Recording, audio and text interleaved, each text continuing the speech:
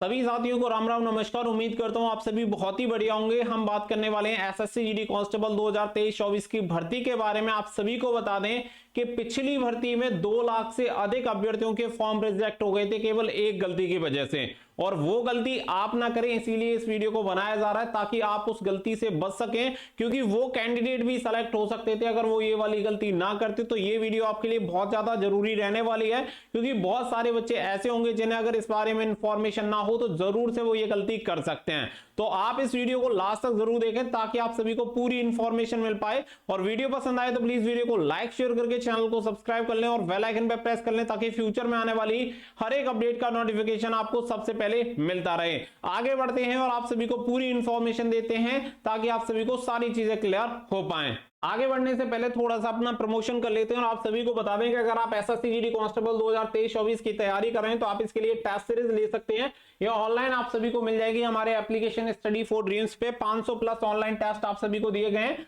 जो कि latest exam pattern पे रहेंगे। हिंदी और इंग्लिश दोनों भाषाओं में मिल जाएंगे और पीवाईक्यू यानी प्रीवियस ईयर क्वेश्चन भी आपको वहां पे देखने के लिए मिल जाएंगे। तो लिंक आपको वीडियो का डिस्क्रिप्शन में दिया गया है। जगह आप तैयारी कर ही रहे हैं तो किसी ना किसी की तो टेस्ट सीरीज आप जरूर लेंगे, तो आप हमारी टेस्ट सीरीज ले सकते हैं। बेस्ट क्वालिटी का कंटेंट आप सभी को मिल जाएगा, फुली सपोर्ट आपको मिल जाएगी। लिंक वीडियो का डिस्क्रिप्शन में दिया गया, वहां से एप्लीकेशन को डाउनलोड करके आप टेस्ट सीरीज के लिए एनरोल कर सकते हैं। अब चलते हैं इंफॉर्मेशन की तरफ और आप सभी को सारी चीजें क्लियर करते हैं। तो देखो, सबसे पहला जो पॉइंट है जिसकी वजह से काफी सारे कैंडिडेट के एप्लीकेशन फॉर्म रिजेक्ट हुए थे, वो हुए थे जब आप एप्लीकेशन फॉर्म भरेंगे तो आपको ये पॉइंट नंबर 21.1 देखने के लिए मिलेगा। और इस पॉइंट में बहुत सारे बच्चे गलती कर देते हैं जिसकी वजह से उनका एप्लीकेशन फॉर्म या तो रिजेक्ट हो जाता है या फिर उनकी कैटेगरी को चेंज करके जनरल कैटेगरी में कर दिया जाता है, जिसकी वजह से वो मेरिट में फिर बाहर हो जाते हैं या फिर उन्हें चॉइस की फोर्स नहीं मिल पाती। ये सारी प्रॉब्लम कैंडिडेट के साथ होती हैं। इस जो पॉइंट में दिया गया है तो यहाँ पे आप सभी को बता दें, यहाँ पे आप देखेंगे have you migrated from the state union territory of origin to another state union territory. तो इसका मतलब क्या है ये आप सभी को सबसे पहले समझ में आना चाहिए, क्योंकि देखो आप ऐसे समझो कि जैसे कि आप पहले बिहार में रहते थे आज से 15 साल पहले, सपोज दैट, और अभी आप यूपी में सेटल हो चुके हैं। आपकी फैमिली यूपी में रहती है, आप भी यूपी में रहते हैं, लेकिन आपका जो ओरिजिन स्टेट रहेगा वो आपका बिहार ही रहेगा। तो बिहार से आप यूपी में आ चुके हैं, ये बात जरूर है, या बिहार से दिल्ली में गए हो या यूपी से दिल्ली में गए हो, किसी भी राज्य के लिए, मैं एक एग्जांपल के लिए सिर्फ आपको बता रहा हूं। अब यहाँ पे क्या है कि आपने क्या किया कि यूपी का डोमिसाइल तो आपने बनवा लिया, सारी चीजें आपने यहाँ पे यूपी की बनवा ली, लेकिन जो आपका ओरिजिनल स्टेट है वो क्या है, बिहार। अब जब आप यहाँ पे फॉर्म भरते हैं तो आपको यही ऑप्शन मिलता है कि क्या कभी आपके साथ ऐसी कंडीशन हुई है कि पहले आप किसी दूसरे राज्य में रहते हो जहां पे आपकी पीढ़ियां रहती हो, वहां से आपने माइग्रेट करके आप दूसरे राज्य में जाके बस गए हो। तो अगर आपके साथ ये कंडीशन है तो आपको यहाँ पे क्या है कि यस और नो का ऑप्शन दिया गया है कि अगर आपने इस तरीके से कुछ किया है तो आपको इसमें यस भरना है, अगर आपने कभी माइग्रेट नहीं किया तो आपको नो भरना है। इसमें एक और कंडीशन है, वो आप समझो, जैसे कि मान के चलो आप यूपी के रहने वाले हो, यूपी का डोमिसाइल है, कास्ट सर्टिफिकेट है, सारी चीजें आपके पास है, वहां पे घर भी है, खेत भी है, हर एक चीज है आपके पास, यानी कि बिहार से अब कोई लेना देना आपका नहीं है और पूरी तरह से आप यूपी के निवासी हो चुके हैं, जहां की हर एक चीज, हर एक प्रूफ आपके पास यूपी का ही है। तो आप इसमें नो कर सकते हैं, कोई दिक्कत नहीं है। अगर आप नो कर देंगे तो आपको सेकंड वाला जो 21.2 आपको दे रखा है, ये पॉइंट भरने की आपको जरूरत नहीं पड़ेगी अगर आप नो कर देंगे तो इस कंडीशन में। बट आपके पास यूपी के कुछ सर्टिफिकेट हैं लेकिन बाकी के कुछ सर्टिफिकेट बिहार के ही हैं, तो इस कंडीशन में क्या है कि आपको यहाँ पे यस करना होगा। और जब आप इसमें यस कर देंगे तो सेकंड वाला जो ऑप्शन है 21.2, इसमें भी आपको फिर ऑप्शन देना पड़ेगा। अब इसमें भी ऑप्शन दिए गए हैं यस और नो। अब एक चीज समझो कि जैसे मान के चलो आप बिहार में एससी कैटेगरी से बिलोंग करते हैं, यहां पे दिक्कत उनके लिए नहीं है जो कैंडिडेट, ऐसे समझो कि अगर आप बिहार में एससी कैटेगरी में हैं और यूपी में भी एससी कैटेगरी में, कोई दिक्कत नहीं है, ये जनरल कैटेगरी में है, कोई दिक्कत नहीं है। लेकिन यहाँ पे क्या है, जैसे सॉरी जनरल कैटेगरी में है तो कोई दिक्कत नहीं है, बट यहाँ पे मान के चलो आप बिहार में एससी कैटेगरी में आते थे, अब आप जाके यूपी में रह रहे हो तो आप एससी कैटेगरी में, लेकिन आपके पास जो सर्टिफिकेट होंगे वो बिहार के एससी कैटेगरी के सर्टिफिकेट होंगे। तो यहाँ पे अगर आप समझो कि यहाँ पे आपने यस कर दिया है तो यहाँ पे अगर आप एससी कैटेगरी में आते हैं तो आपको यस करना होगा। अगर आपने नो कर दिया तो नो का सिंपल सा मतलब ये है कि जो आपका ओरिजिन स्टेट है वहां का आप कोई भी बेनिफिट नहीं लेना चाहते हैं रिजर्वेशन कैटेगरी का।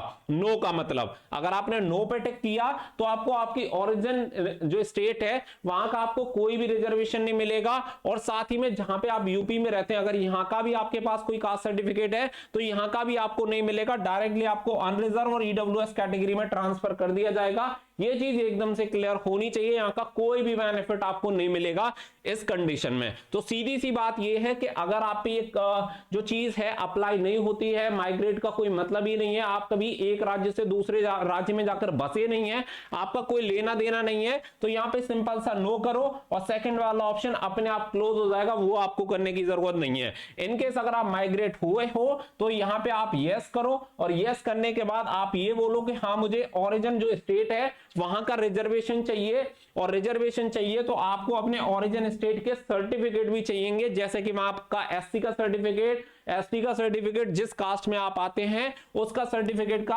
आपको जरूरत पड़ेगी, तो वो सर्टिफिकेट आप बनवा लेना, तभी जाके आपको यहां का रिजर्वेशन मिलेगा। लास्ट टाइम क्या हुआ था कि बहुत सारे बच्चों ने इसमें क्या किया कि यहां पे तो कर दिया यस कि हाँ हमने माइग्रेट किया है, और यहां पे कर दिया नो, जिसकी वजह से हुआ क्या कि एससी के बच्चों को भी जनरल में ट्रांसफर कर दिया, ओबीसी के बच्चों को भी जनरल में ट्रांसफर कर दिया था, एसटी के बच्चे थे वो भी जनरल में ट्रांसफर हो गए थे।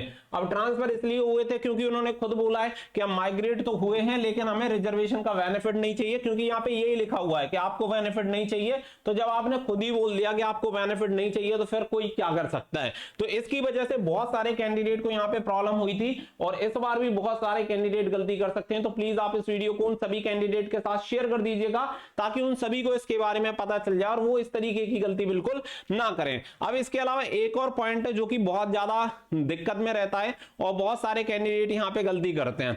अब वो पॉइंट आपका सबसे नीचे है, पॉइंट नंबर 30।